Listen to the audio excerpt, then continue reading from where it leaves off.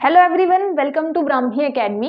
मेरा नाम है मधु और आप जुड़ चुके हैं मेरे साथ लूसेंट रिवीजन सीरीज में।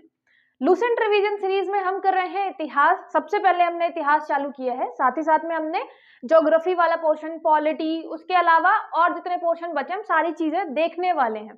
तो आपको क्या करना है, चैनल को सब्सक्राइब कर लेना है और साथ ही साथ में आने वाले टाइम पे मैं आपको बता दूं कि जो ये लूसेंट रिवीजन सीरीज है और जो वनडे एग्जाम से रिलेटेड जितनी भी चीजें हैं हम एक दूसरे चैनल पे करेंगे जिसका नाम है ब्राह्मी एसएससी एग्जाम्स।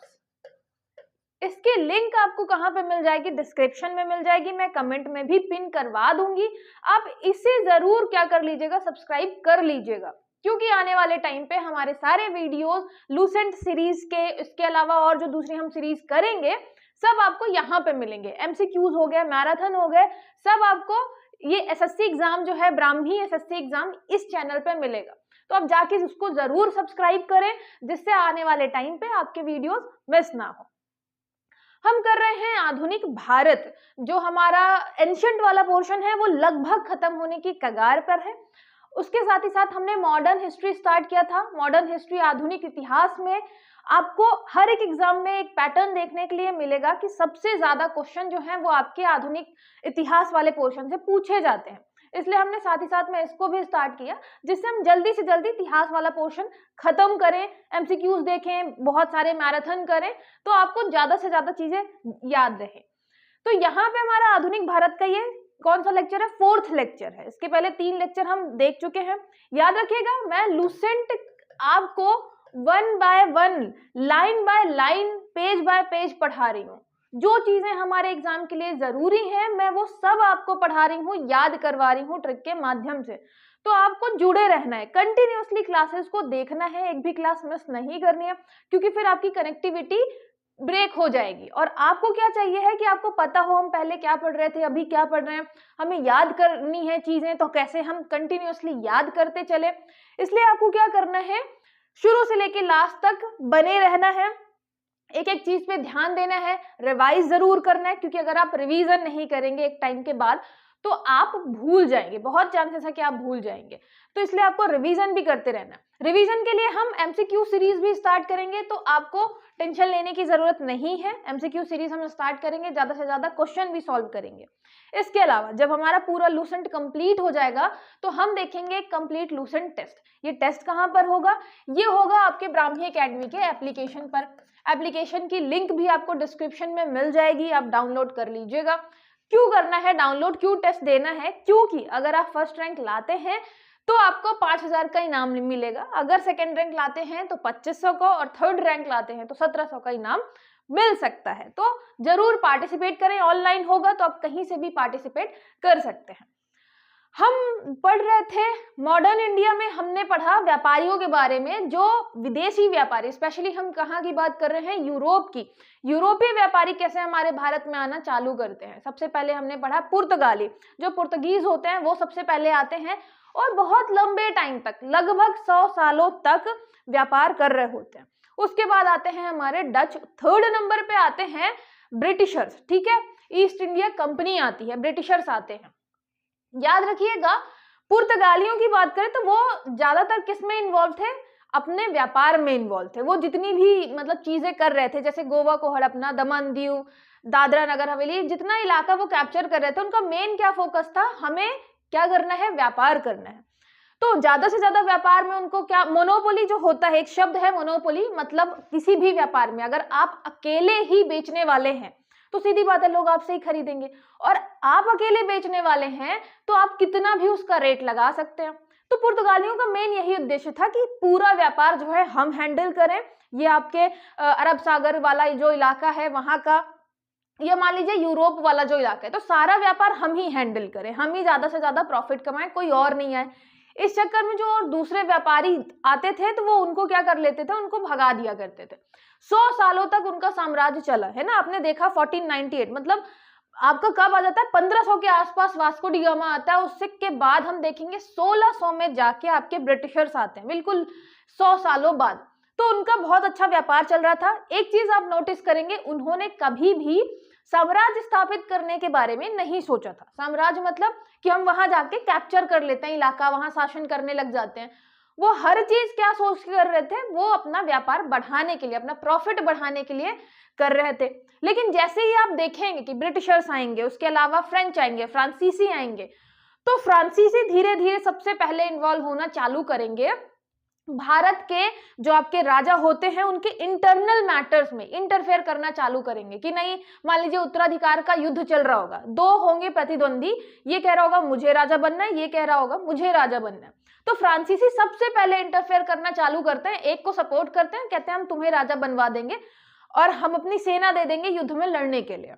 तो ये सब चालू होता है और धीरे धीरे ब्रिटिशर्स देखते हैं, सीखते हैं, फूट डालो राज्य करो की नीति चालू करते हैं और धीरे धीरे आप देखेंगे पूरे भारत में कब्जा कर लेते हैं। अभी हम क्या देख रहे हैं, हम सिर्फ देख रहे हैं आपके जो यूरोपीय व्यापारी हैं उनका आगमन देख रहे हैं। तो हम थोड़ी थोड़ी चीजें चालू करेंगे, फिर हम डिटेल में देखेंगे कि कैसे अंग्रेज जो होते हैं हर एक राज्य के साथ इन्वॉल्व होते हैं, कुछ के साथ मतलब सबके साथ कुछ ना कुछ चालाकी करते हैं, किसी को सपोर्ट करते हैं, किसी दूसरे को हराते हैं, एरिया कैप्चर करते हैं। शुरू में उनका उद्देश्य रहता है कि हमें प्रॉफिट अच्छा हो, ज्यादा से ज्यादा हम प्रॉफिट जनरेट कर सके। धीरे धीरे वो क्या कर लेते हैं, कब्जा करने के भैया शासन ही करने लग जाते हैं, मतलब टैक्स लेना चालू कर दिया, वहां के किसानों को बताना चालू कर दिया कि आप क्या उगा सकते हैं क्या नहीं उगा सकते, ये सारी चीजें धीरे धीरे वो चालू करेंगे। अभी हम क्या कर रहे हैं, अभी हम शुरुआती दौर पढ़ रहे हैं कि आते कब है, आते हैं 31 दिसंबर 1600। ये जो 31 दिसंबर 1600, आपको सिर्फ 1600 याद रखना है। 1600 में जो वहां की रानी होती है, इंग्लैंड की रानी एलिजाबेथ प्रथम, इनके द्वारा ईस्ट इंडिया कंपनी को अधिकार पत्र दिया जाता है कि आप जाइए वहां क्या करिए, आप व्यापार करिए। अच्छा, ये लोग जो है सरकार को बता के आते थे, क्योंकि दूसरे आपके देश में जा रहे हैं, है ना, तो सरकार को तो बताना ही पड़ा कि हम जा रहे हैं वहां पे व्यापार करने। तो यहाँ पे एलिजाबेथ बोलती हैं कि ठीक है, एक कंपनी बनाई जाती है ईस्ट इंडिया कंपनी, काफी लंबा चौड़ा नाम है, आपको सिर्फ ईस्ट इंडिया कंपनी नाम याद रखना है। तो क्योंकि ईस्ट इंडिया मतलब ईस्ट इंडीज आ रही थी व्यापार करने के लिए, इसलिए आप देखेंगे कि ब्रिटिश ईस्ट इंडिया कंपनी नाम है, फिर फ्रेंच ईस्ट इंडिया कंपनी नाम है। तो ईस्ट इंडिया सब में कॉमन आपको दिखता है, क्यों, क्योंकि हमारे मतलब ईस्ट साइड आ रही थी, ईस्ट इंडिया साइड आ रही थी वो व्यापार करने के लिए, इसलिए ये नाम आपको कॉमन मिलेगा। इसके आगे क्या लगा देंगे, जैसे यहाँ पे हम लगा देंगे ब्रिटिश ईस्ट इंडिया कंपनी, फ्रांसीसियों की आएगी तो फ्रेंच ईस्ट इंडिया कंपनी, ऐसे आपको नाम मिलेगा। ये लोग क्या होते हैं, प्रारंभ में कंपनी बनाते हैं, एक कंपनी 217 साझेदार होते हैं, मतलब 217 लोग मिलके पैसा इन्वेस्ट करते हैं, जैसे आज के टाइम पे इन्वेस्टर आप मान लीजिए 217 लोग मिलके इन्वेस्ट करते हैं और क्या करते हैं, यहाँ पे अपना एक गवर्नर टाइप का मतलब एक हेड बनाते हैं कि भाई तुम जाओगे भारत, तुम अपनी बात रखोगे। इसके लिए वो अपनी रानी से भी बात कर लेते हैं कि हमने ऐसा ऐसा एक कंपनी बनाई है, व्यापार करना है भारत के साथ, ठीक है। तो यहाँ पे ये सारी क्वेश्चन कभी नहीं पूछे जाते, साझेदार कितने थे और ये मतलब एलिजाबेथ प्रथम थी कि द्वितीय थी, किसने अधिकार पत्र दिया था, ये सब नहीं पूछा जाता है। आपको याद रखना है 1600 में क्या हुआ था, establishment year east India company का, कि 1600 में बनाई गई थी। उसके अलावा जो पहला गवर्नर था, इसका नाम याद रखिएगा, ये था आपका टॉमस स्मिथ, ठीक है, ये पहला गवर्नर था। फिर क्या करते हैं, मुगल दरबार में आने वाला प्रथम अंग्रेज, ये नाम याद रखिएगा, ये पहला अंग्रेज, अच्छा भारत आने वाला पहला अंग्रेज नहीं है ये भी याद रखना है आपको, ये मुगल दरबार में, क्योंकि हम कब की बात कर रहे हैं, हम बात कर रहे हैं 1600 की, ठीक है, मतलब 1600 में बनी थी, तो मान लीजिए 1600 के बाद की बात कर रहे हैं। तब आपका अकबर के बाद जहांगीर राजा बन जाता है। वैसे भेजा तो ये जाता है कि अकबर से मिलेगा, लेकिन तब तक डेथ हो जाती है तो जहांगीर से जाके मिलता है। तो ये आपका जो क्वेश्चन है कि पहला अंग्रेज जो भारत में मुगल दरबार में पहुंचा वो था आपका कैप्टन हॉकिंस। हॉकिंस नाम याद रखिएगा। वैसे भी आपको बहुत बार आपने कहीं ना कहीं ये नाम जरूर सुना होगा, कैप्टन हॉकिंस। तो हॉकिंस जो थे, हॉकिंस पहले थे ना, हॉकिंस का आप क्या कर सकते हैं, हॉकी से भी बना सकते हैं, ठीक है। हमारे यहाँ इतनी ज्यादा फेमस नहीं थी हॉकी, अंग्रेज लेकर आए थे, आपको ये भी पता है, तो अंग्रेज लेकर आए थे हॉकी। तो ये हॉकी जो है मुगल दरबार में सबसे पहले हॉकी लेके पहुंचा था अंग्रेज, ठीक है। तो यहाँ पे याद रखना है आपको, हॉकी से रिलेट करना है। मुगल दरबार में सबसे पहले जहांगीर के दरबार में पहुंचा था हॉकी लेके, 1609 में जहांगीर के दरबार में पहुंचा, ठीक है। आपके अकबर की मृत्यु हो जाती है, जहांगीर राजा बनता है और ये आपके हॉकी लेके पहुंचते हैं जहांगीर के दरबार में। अच्छा, ये क्वेश्चन भी पूछा जा सकता है कि किसके दरबार में, मतलब उस टाइम पर राजा कौन था जब आपका पहला अंग्रेज मुगल दरबार में आता है। तो आपको जहांगीर का नाम भी याद रखना है, ठीक है, ये याद रखना है कि जहांगीर था उस टाइम पे। फिर भारत आने वाला पहला अंग्रेजी जहाज, ये था आपका रेड ड्रैगन। यहाँ पे ये क्वेश्चन मेरे ख्याल से कभी ना कभी करोड़पति में पूछा गया, ऐसा मुझे लग रहा है, याद आ रहा है, बहुत पहले ये क्वेश्चन पूछा गया था कि भारत आने वाला पहला अंग्रेजी जहाज कौन सा था। तो याद रखिएगा रेड ड्रैगन था, है ना। आपका एक जहाज इमेजिन करना है, उसके आगे ड्रैगन इमेजिन करना है। अगर आपने मूवी देखी है तो इमेजिन तो इतना कर ही लेंगे कि एक जहाज है बड़ा सा, उसमें आगे ड्रैगन बना हुआ है। तो रेड ड्रैगन ये भारत आने वाला पहला अंग्रेजी जहाज था। फिर दक्षिण पूर्व में अंग्रेजों की पहली फैक्ट्री थी, वो मसूलीपट्टनम में थी। अच्छा, ये लोग जब आ रहे थे, व्यापार करने आ रहे थे, व्यापार के लिए इन्हें पता था कि एक इलाका हमें चाहिए होगा जहां पे हम खरीद के सामान रखें और फिर वहां से हम क्या करते जाएं, अपने ब्रिटेन भेजते जाएं। तो इनको इसीलिए कोठी या उसको इंग्लिश में कहें फैक्ट्री बनानी होती थी। फैक्ट्री का मतलब ये नहीं जैसे आज के टाइम पे हम मशीन वाली फैक्ट्री की बात कर रहे हैं। फैक्ट्री मतलब ऐसे इलाका एक थोड़ा सा लेके अपना सामान रखने के लिए, अपने लोग वहां पे रखने के लिए। तो यहाँ पे एक कोठी बनाते थे या फैक्ट्री बनाते थे। तो इनका मन तो था कि हम सूरत में बनाए फैक्ट्री, लेकिन आपको भी पता है कि भारत में जब हम बात कर रहे हैं इस वाले इलाके की, यहां से लेके ये पूरा इलाका, यहाँ पे किसका इंटरफेयर था, यहाँ पे था पुर्तगालियों का इंटरफेयर। तो यहाँ पे पुर्तगाली, और वो भी पुर्तगाली जो है बहुत ज्यादा ताकतवर थे, नेवी काफी स्ट्रॉन्ग थी। आपको पता है 100 साल आराम से उनका चल रहा था साम्राज्य, स्पेशली वहां के समुद्र वाले इलाके में उनका व्यापार बहुत अच्छा चल रहा था। तो मुगल जो है मतलब हिचकिचाते थे कि हम पुर्तगालियों से क्यों ही झगड़ा मोल ले। इस चक्कर में जब अंग्रेजों ने बोला कि हमें सूरत में फैक्ट्री स्टैब्लिश करनी है, तो उन्होंने बोला कि नहीं भाई, आप सूरत में मत करो। तो पहली फैक्ट्री जो स्टैब्लिश करते हैं वो करते हैं 1611 में। याद रखिएगा, ईयर भी आपको याद रखना है, ठीक है। 1611 में कहां करते हैं, मसूलीपट्टनम आंध्र प्रदेश में। तो वो इधर साइड करते हैं, ठीक है। उनको इधर साइड करने के लिए परमिशन पहले नहीं मिलती है, क्योंकि अब पूरे जगह पे या मैक्सिमम जगह पे किसका साम्राज्य चल रहा है, मुगलों का। तो मुगलों से ही परमिशन लेंगे कि भाई आपके इलाके में हम कर लें स्टैब्लिश फैक्ट्री की, नहीं करें। तो वहां पे पुर्तगालियों के चक्कर में इन्हें परमिशन मिली नहीं। तो इस वाले साइड में नहीं मिली, ये आपका इस वाले साइड में बंदरगाह जो थे, वहां जो इलाके थे, वहां कहीं जगह नहीं मिली। तो बेचारे इधर साइड आ गए, है ना, पूर्व साइड आ गई। ये आपका पश्चिम हो गया, ये पूर्व साइड आ गया। और नीचे है, पूर्व में भी नीचे है, मतलब दक्षिण साइड है। अगर आपको लोकेशन नहीं पता है तो याद रखिए, ये हमेशा उत्तर होता है, नीचे साइड दक्षिण होता है, ये वाला होता है पूर्व और ये वाला होता है पश्चिम। तो आप कभी भी अगर लोकेशन देखेंगे, जैसे मैं यहाँ पे भारत की लोकेशन देखूं, तो आपको पहले प्लस साइन देखना है। नीचे की बात करेंगे तो हो गया दक्षिण, इधर की बात करेंगे तो हो गया पूर्व, इधर की बात करेंगे तो हो गया पश्चिम, ऊपर की बात करेंगे तो हो गया उत्तर। उत्तर मतलब नॉर्थ, साउथ, ईस्ट और वेस्ट।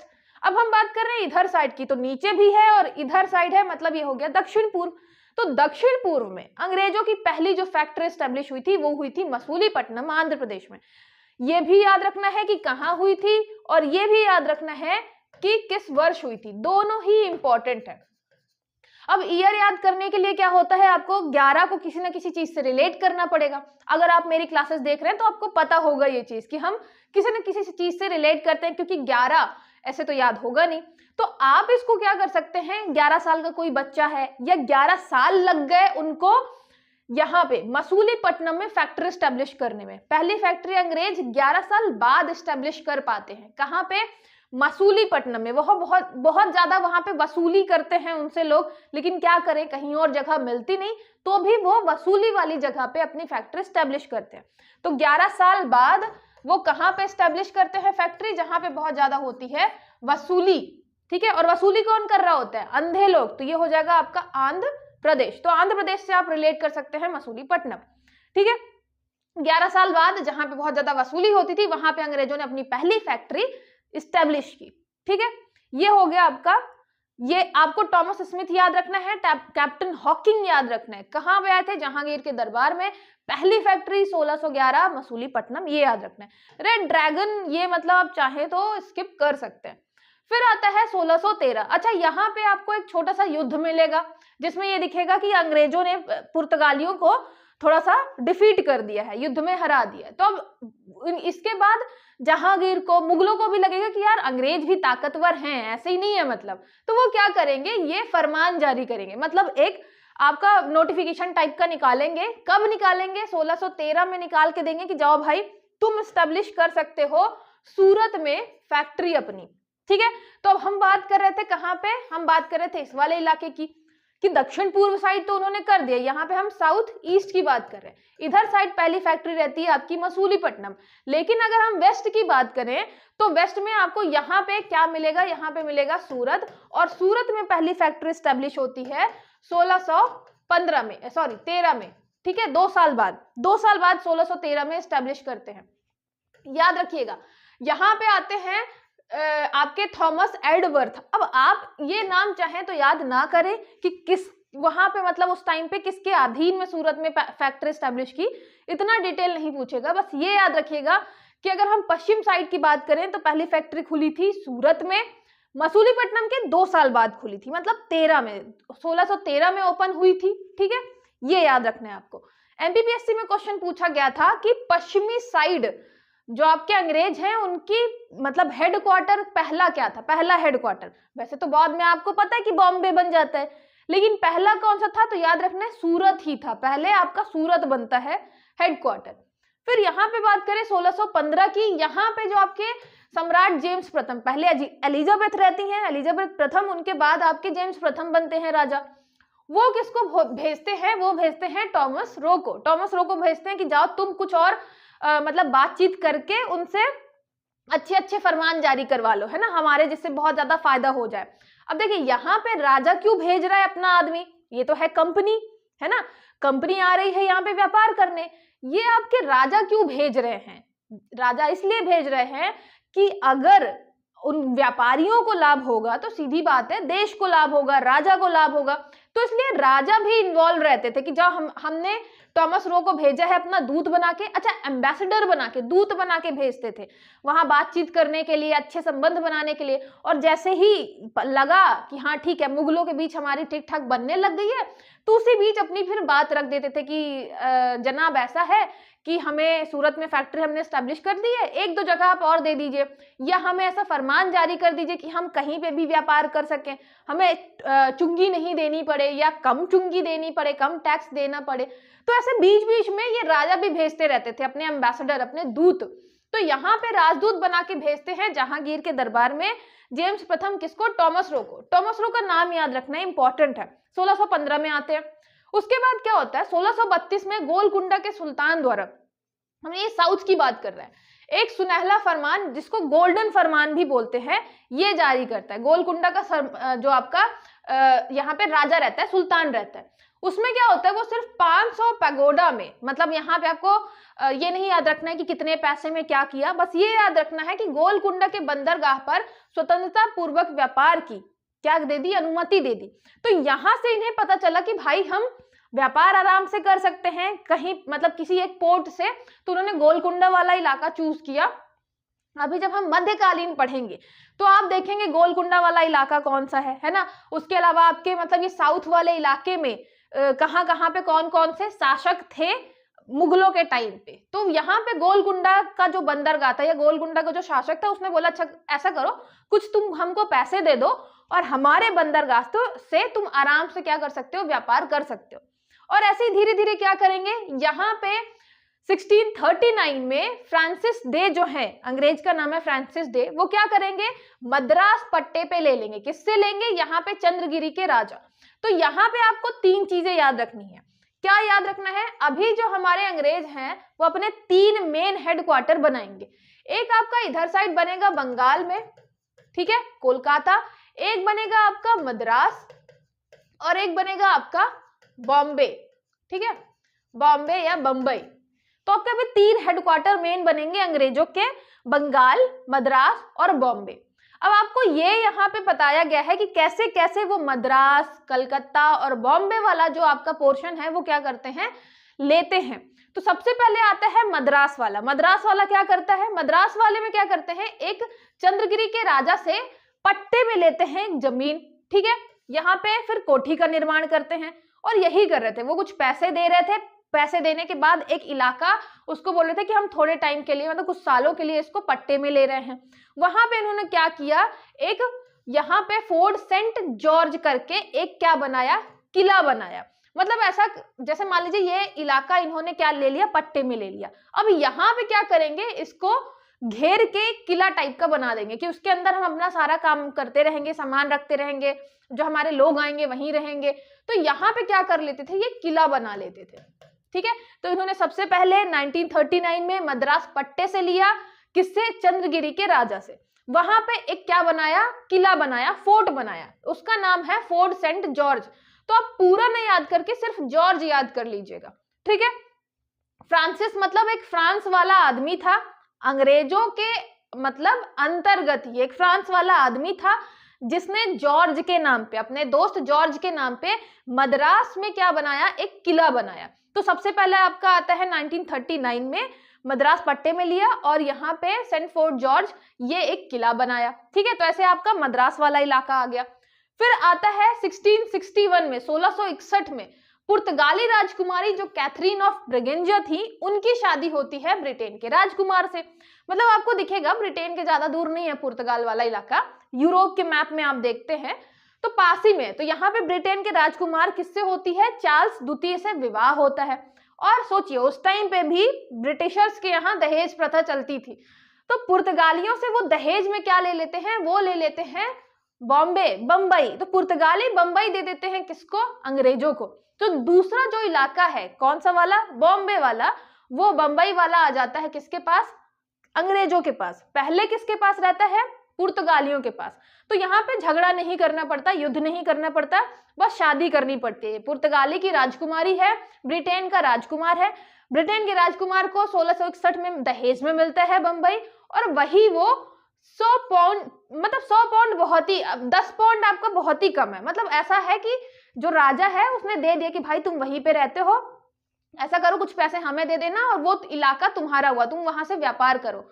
तो ये क्या करता है, चार्ल्स द्वितीय ईस्ट इंडिया कंपनी को दे देता है बंबई। तो यहाँ पे बंबई ईस्ट इंडिया कंपनी के पास आ जाता है। ठीक है, कब आता है, 1668 में।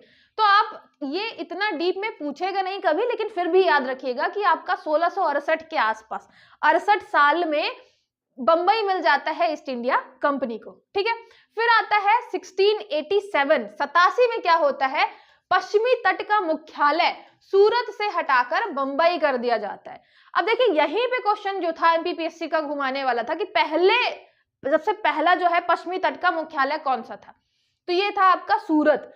1687 में, 87 में जाके, जैसे ही इनको 68 में मिल गया बंबई, उसके बाद 87 में जाके इन्होंने सूरत से बंबई क्या कर दिया, मुख्यालय अपना शिफ्ट कर दिया।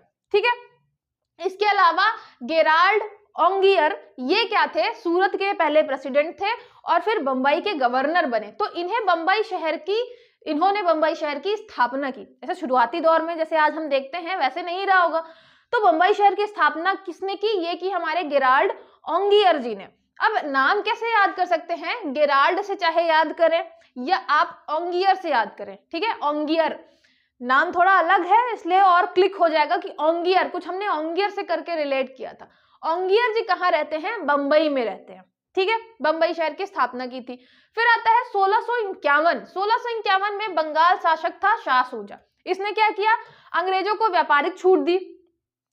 1698 में क्या होता है, यहाँ पे 3 इलाके, सूतानाती, कालीकट और गोविंदपुर, ये 3 जगह की, ऐसे मान लीजिए आसपास की जो जमीन थी वो उन्होंने क्या करी, जमींदारी प्राप्त कर ली और फोर्ट विलियम का निर्माण कराया। मतलब मैंने बताया ना कि एक इलाका जो है वो ले लिया वहां के शासक से और क्या किया, वहां पे एक किला बनवा दिया। अब यहाँ पे एक किला बनवा दिया, फोर्ट बनवा दिया। इस फोर्ट का नाम क्या है, इस फोर्ट का नाम है फोर्ट विलियम। मद्रास वाले का क्या नाम था, जॉर्ज। विलियम किसका नाम है, कोलकाता वाले का। तो यहाँ पे आपको कलिकट जो है, कलिकट, सूतानाती और ये आपका गोविंदपुर, 3 इलाके थे। 3 इलाकों को एक साथ करके वहां पे क्या बना दिया, किला बना दिया और उसका नाम क्या कर दिया, उसका नाम कर दिया कलकत्ता। तो ये तीसरा जो है आपको कब बनता है, 1698, 1700 के बिल्कुल क्लोज ही है आपका। ठीक है, 2 साल कम है। 1698 में कलकत्ता इनको मिल गया अपना एक इलाका। तो आपने देखा कि अंग्रेजों के 3 इलाके हो गए। एक तो हो गया आपका सूरत, सूरत के बाद आपने क्या शिफ्ट हो गया फिर बंबई, तो यहाँ पे बंबई याद रखेंगे। बंबई जो है किससे मिल गया था, पुर्तगालियों से मिल गया था। दूसरा है मद्रास, मद्रास किससे लिया था, पट्टे में लिया था, ठीक है, पट्टे में वो इलाका लिया, फिर वहां पे आपका फोर्ट सेंट जॉर्ज आपका किला बना दिया, तो जॉर्ज नाम से किला बना दिया, तो ये आपका एक मद्रास हो गया।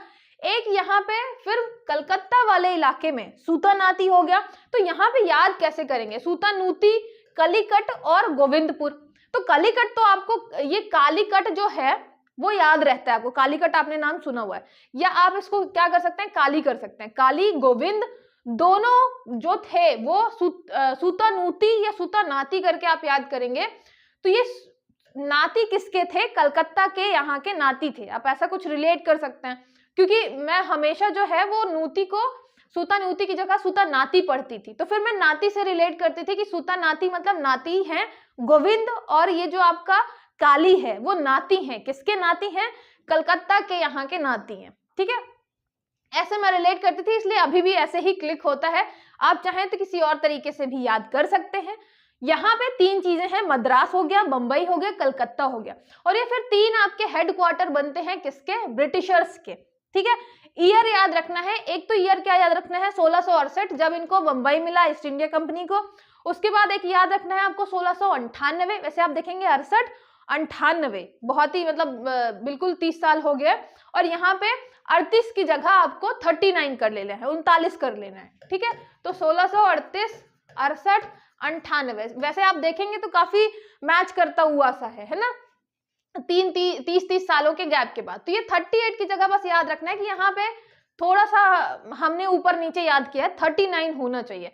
तो 1939 में सबसे पहले हमें कौन सा मिला, यहाँ पे मद्रास वाला इलाका, उसके बाद हमें मिला बंबई वाला इलाका, फिर 98 में कलकत्ता वाला, और तीन ये आपके मेन हेडक्वार्टर बनते हैं अंग्रेजों के, ठीक है।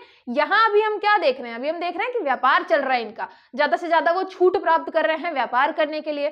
फिर जब हम इनकी लड़ाई देखेंगे कि अलग अलग युद्ध लड़ेंगे, अलग अलग इलाका कैप्चर करेंगे, और फिर उसके बाद क्या करेंगे, वहां पे शासन करना स्टार्ट करेंगे।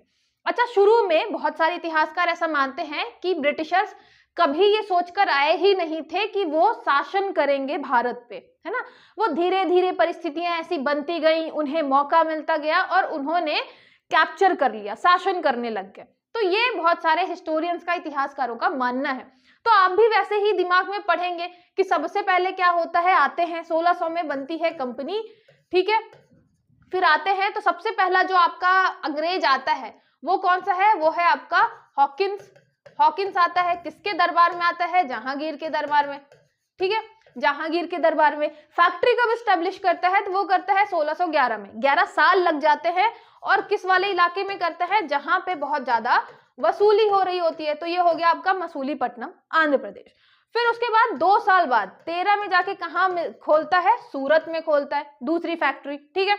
अभी बहुत सारी फैक्ट्रीज खुलेंगी अंग्रेजों की, हमने सब नहीं लिखी हैं, स्पेशली जो लुसेंट में है वही मैं करके चल रही हूँ, ठीक है। फिर हमने देखा कि 1939 के आसपास मिलता है इनको मद्रास, ठीक है। 1968 के पास मिलता है बंबई, और इसके बाद 1668 के पास मिलता है बंबई, और 1698 के पास 2 कम 1700 है ना, तो 1698 के पास मिलता है यहाँ पे कोलकाता।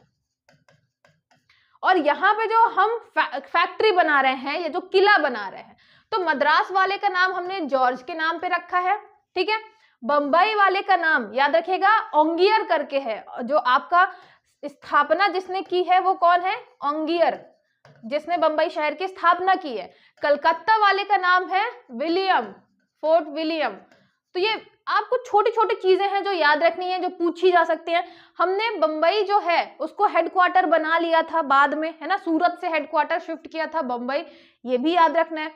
अब क्या करेंगे, हम धीरे धीरे कनेक्टिविटी बैठाएंगे कि कैसे अंग्रेज कैप्चर करना चालू करते हैं इलाका। शुरू में वो सिर्फ क्या करेंगे, व्यापार पे ध्यान देंगे, व्यापार के लिए अलग अलग कूटनीति अपनाएंगे, जहांगीर से और आसपास के जो राजा हैं उनसे ज्यादा से ज्यादा फरमान प्राप्त करेंगे।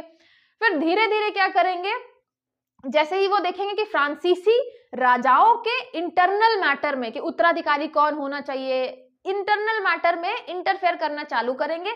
मौके का फायदा उठा के अंग्रेज भी ऐसा करना चालू कर देंगे। फूट डालो, शासन करो की नीति अपनाएंगे और धीरे धीरे इलाका कैप्चर करते करते करते करते पूरे भारत में कब्जा कर लेंगे। तो यहीं से शुरुआत होती है कि कैसे वहां से आते हैं। और आपने ये भी देखा कि ब्रिटेन का जो राजा है वो खुद इन्वॉल्व रहता है ये सब काम करने में, है ना। ऐसा नहीं था कि बस कंपनी आई अपने मन से काम कर रही है, राजा भी लगा हुआ है कि ज्यादा से ज्यादा जाके वहां पे व्यापार के लिए तुम फरमान प्राप्त करो। इसलिए टॉमस रो, आपको नाम याद रखना है, टॉमस रो को भेजता है। टॉमस रो कहाँ आता है? जहांगीर के दरबार में राजदूत बन के आता है, एम्बेसडर बन के आता है, ठीक है, ये याद रखना है। तो मेन चीजें जो हमने अभी व्यापारी से संबंधित पढ़ी, मतलब जो व्यापारियों के रूप में आते हैं आपके ब्रिटिशर्स, तो उनके रूप में पढ़ी। अभी हम उनके अलग अलग युद्ध देखेंगे, स्पेशली फ्रांसीसियों के साथ, पुर्तगालियों के साथ। तो आपने देखा कि वैवाहिक संबंध स्थापित हो गया तो ज्यादा युद्ध होगा नहीं। डच बचते हैं, डच के साथ आपका एक ही मेन युद्ध होता है, वेदरा वाला, जिसमें फिर वो समाप्त हो जाता है और डच फिर चले जाते हैं। डेनिश जो है अभी आएंगे, वो बहुत ही कम टाइम के लिए रहते हैं भारत में, अपनी बेच बाच के फैक्ट्री चले जाते हैं, फिर अंग्रेजों को ही बेच जाते हैं। बचते हैं सिर्फ फ्रांसीसी। आप देखेंगे कि फ्रांसीसियों से काफी लगातार युद्ध चलता रहेगा अंग्रेजों का। लास्ट में फिर एक ऐसा आएगा कि फ्रांसीसी हार जाएंगे और वो एक्सेप्ट कर लेंगे कि ठीक है भाई, अब हम आर्मी नहीं रखेंगे, हम ज्यादा स्ट्रॉन्ग नेवी नहीं रखेंगे, सिर्फ व्यापार करेंगे भारत से। और अंग्रेज अकेले बचते हैं भारत में विदेशी व्यापार करने के लिए। मतलब व्यापार तो फ्रांसीसी भी कर रहे होते हैं, लेकिन नेवी जो है, स्ट्रॉन्ग नेवी हो गया, आर्मी जो हो गया, वो सिर्फ अंग्रेज रख सकते थे। तो आप देखेंगे कि अंग्रेज सबसे पहले तो जो बाहर के रहते हैं, जितने यूरोपीय आते हैं व्यापारी, उनको हराएंगे। उसके बाद जो अंदर वाले राजा हैं उनको हराना चालू करेंगे, ठीक है। तो ऐसे हम कनेक्टिविटी बना के देखते जाएंगे, याद करते जाएंगे। जो चीजें मुझे लगेगा कि आपको ये याद होनी ही चाहिए, वो मैं ट्रिक के माध्यम से याद करवा भी दूंगी। आई होप आपको सारी चीजें अच्छे से समझ में आ रही होंगी। कोई भी डाउट है तो कॉल, मैसेज, कमेंट करके पूछ सकते हैं। और हमारा जो चैनल है Brahmi academy, Brahmi SSC exams का, याद रखिएगा, ये आपको जरूर सब्सक्राइब कर लेना है, क्योंकि आने वाले टाइम पे हम इसी में लाइव करेंगे, लाइव क्लासेस करवाएंगे। तो आपको ये जरूर कर लेना है सब्सक्राइब, ठीक है। चलिए मिलते हैं नेक्स्ट वीडियो में, तब तक के लिए ऑल द बेस्ट।